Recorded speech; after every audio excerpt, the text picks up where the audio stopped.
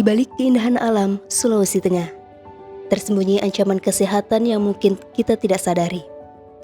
Sebuah penyakit menular yang berasal dari air, mempengaruhi ribuan jiwa, dan membawa dampak yang besar bagi kehidupan. Schistosomiasis atau lebih dikenal dengan demam keong, merupakan penyakit endemis yang menjadi ancaman bagi masyarakat. Penyakit ini disebabkan oleh cacing Schistosoma japanicum. Infeksi schistosomiasis tidak ditularkan secara langsung dari orang ke orang. Akan tetapi, membutuhkan keong air tawar, yaitu keong Onchomelania hupensis lindonsis, sebagai hospes perantara cacing Schistosoma japanicum. Di Provinsi Sulawesi Tengah, terdapat 3 wilayah yang menjadi endemik keong Onchomelania, yaitu wilayah Napu, Bada, dan Lindu, di 28 desa, dengan jumlah penduduk beresiko sebanyak 28.000 jiwa. Jika dilihat dari perkembangannya, di tahun 2022 terdapat 256 kasus demam keong. Pada tahun 2023, kasus tersebut menurun menjadi 166 kasus. Program pengendalian yang dilakukan hingga saat ini belum dapat menekan prevalensi infeksi schistosomiasis. Hal ini disebabkan adanya inang perantara seperti tikus, ternak masyarakat, bahkan hewan liar sebagai sumber penularan. Penyakit ini berdampak buruk pada kesehatan dan produktivitas masyarakat, menyebabkan anemia hingga memicu kekerdilan atau stunting. Tidak hanya itu, pada orang dewasa, schistosomiasis kronis dapat menurunkan kemampuan bekerja. Parahnya, jika tidak ditangani, infeksi cacing parasit ini dapat mengakibatkan kematian. Keong Onchomelania hupensis lindonsis adalah bagian penting dari siklus hidup cacing Schistosoma japanicum. Dalam rangka mendukung eliminasi schistosomiasis di Indonesia tahun 2030, Badan Riset dan Inovasi Daerah Provinsi Sulawesi Tengah bersama Badan Riset dan Inovasi Nasional PSI Sulawesi Tengah melakukan intervensi berupa riset dengan judul Pengembangan Pengendalian Inang Perantara Schistosomiasis.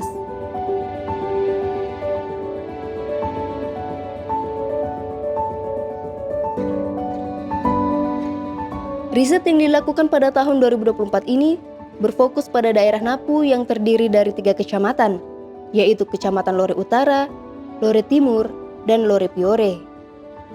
Pemilihan daerah Napu sendiri dikarenakan terdapat 220 habitat keong dengan sebaran sebanyak 75% yang berhabitat di perkebunan warga serta rembesan air.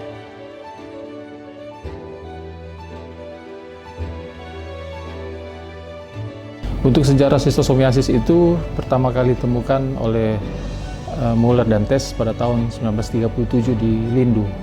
Kemudian setelah itu di tahun 1972 ditemukan di daerah Napu, Kabupaten Poso. Kemudian pada tahun 2008 itu baru ditemukan di Lore Barat, yaitu di daerah Bada. Untuk schistosomiasis sendiri untuk di daerah Asia itu ada di selain Indonesia ada Filipina, kemudian Cina dan Jepang. Kemudian Jepang saat ini sudah tahap eliminasi schistosomiasis. Sedangkan untuk di Filipina sendiri itu masih ada 28 desa yang endemis schistosomiasis. Demikian juga di Cina itu masih ada beberapa desa yang endemis schistosomiasis. Sedangkan di Indonesia sendiri itu hanya ada di Provinsi Sulawesi Tengah, kemudian di 2 kabupaten, yaitu Kabupaten Poso dan Kabupaten Sigi. Itu ada 28 desa dengan 5 kecamatan yang terendemis schistosomiasis yang ada di Indonesia. Baik, Pak, mungkin bisa dijelaskan sedikit latar belakang awalnya riset ini dilakukan, Pak? Ya, baik. Untuk latar belakang kenapa riset ini dilakukan untuk pengembangan metode pengendalian keong sebagai inang perantara schistosomiasis yang ada di Indonesia. Yang pertama, karena kita tahu bahwa siklus penularan schistosomiasis ini yang utama adalah adanya inang perantara keong ini. Sehingga untuk pengendalian itu rekomendasi daripada WHO lebih ditekankan pada pengendalian pada keong inang perantara schistosomiasis ini. Karena kalau sudah berapa kali kegiatan ini dilakukan pengendalian yang di beberapa daerah endemis, ternyata belum berhasil untuk menekan schistosomiasis yang ada di Indonesia. Kemudian hampir habitat keong di Indonesia itu sekitar 80% merupakan habitat yang ada di lingkungan masyarakat seperti di kebun, kemudian di daerah-daerah yang bisa dijangkau, sehingga untuk pengendaliannya lebih cocok untuk pengendalian pada keong inang perantara sistosomiasis dengan pemasangan plastik, kemudian diikuti dengan penyemprotan dengan menggunakan molluscicida.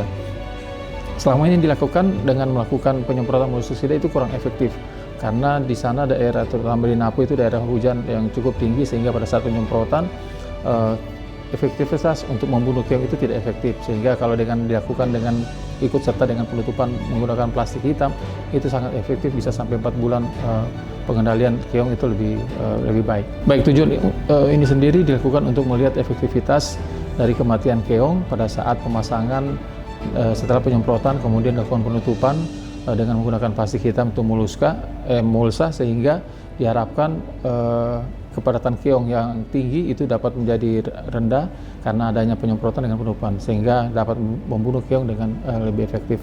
Proses penelitian yang kami lakukan yang pertama mencari habitat keong yang angka kepadatan keong itu cukup tinggi, yaitu di desa Alitupu. Itu ada 2 habitat yang kami pilih. Setelah kami menghitung angka kepadatan keong yang ada di 2 lokasi tersebut, kemudian selanjutnya kami memasang plastik.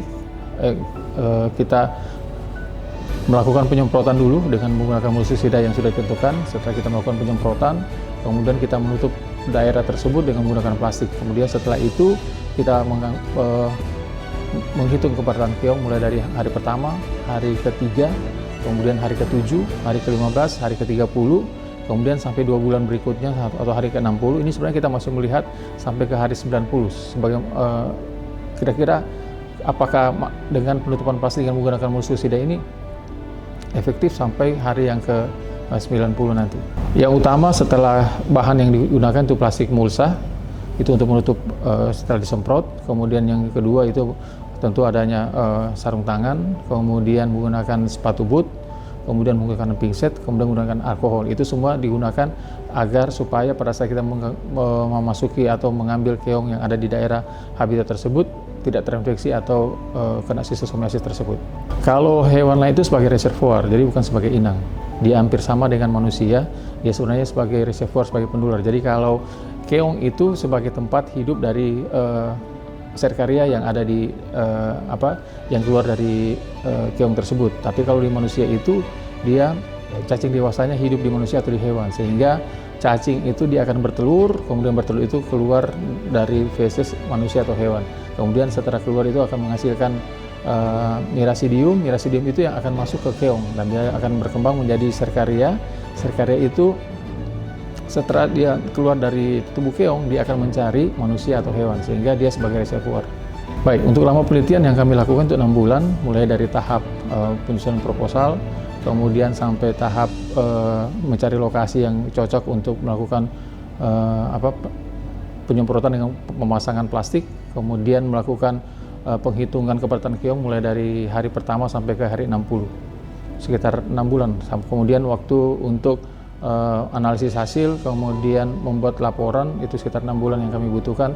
Tetapi yang kami masih lakukan ini untuk melihat efektivitas sampai dengan 90 hari ke depan. Untuk hasil yang sekarang yang kami masih tentukan itu masih sampai ke 2 bulan. 2 bulan yang sudah kami lihat itu kematiannya sekitar antara 81% sampai dengan 100% dari 2 lokasi yang tersebut yang kami pasang.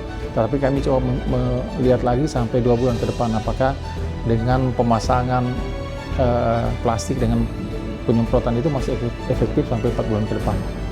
Untuk kendala sebenarnya yang kami hadapi itu hampir tidak ada. Yang kendala yang selama ini kami hadapi pada saat melakukan penghitungan keong pada hari-hari yang sudah ditentukan, yaitu curah hujan yang cukup tinggi, sehingga itu agak menyulitkan, sehingga biasanya harinya bergeser dari yang kita tentukan. Untuk rekomendasi sendiri, ini kami rekomendasikan nanti untuk pemasangan plastik hitam ini dengan penyemprotan itu bisa melibatkan masyarakat, kemudian dinas terkait seperti dinas perkebunan, karena hampir semua habitat itu yang ada habitat keongnya itu di daerah-daerah perkebunan masyarakat, seperti di kebun coklat, kopi, dan campuran. Jadi untuk kegiatan pemasangan ini sebagai koordinasi atau melibatkan lintas sektor yang terkait seperti dinas perkebunan provinsi atau kabupaten.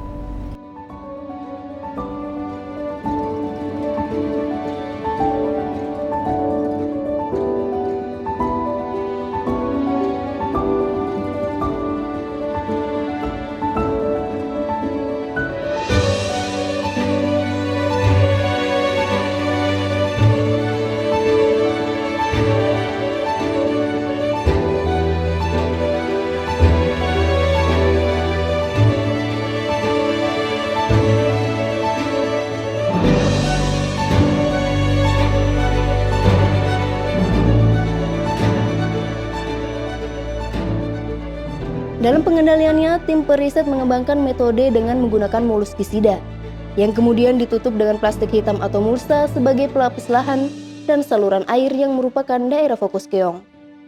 Adapun 80% habitat keong tersebut di daerah Napu berada di saluran air, perkebunan coklat, kopi, dan campuran. Jika dilihat dari efektivitasnya, pemasangan plastik hitam dan penyemprotan moluskisida dapat membunuh keong dengan persentase 80 hingga 100%. Banyaknya habitat keong yang ditemukan di area perkebunan warga, maka diperlukannya melibatkan masyarakat dan dinas perkebunan dalam penggunaan plastik hitam sebagai pengendalian sistosomiasis di daerah tersebut.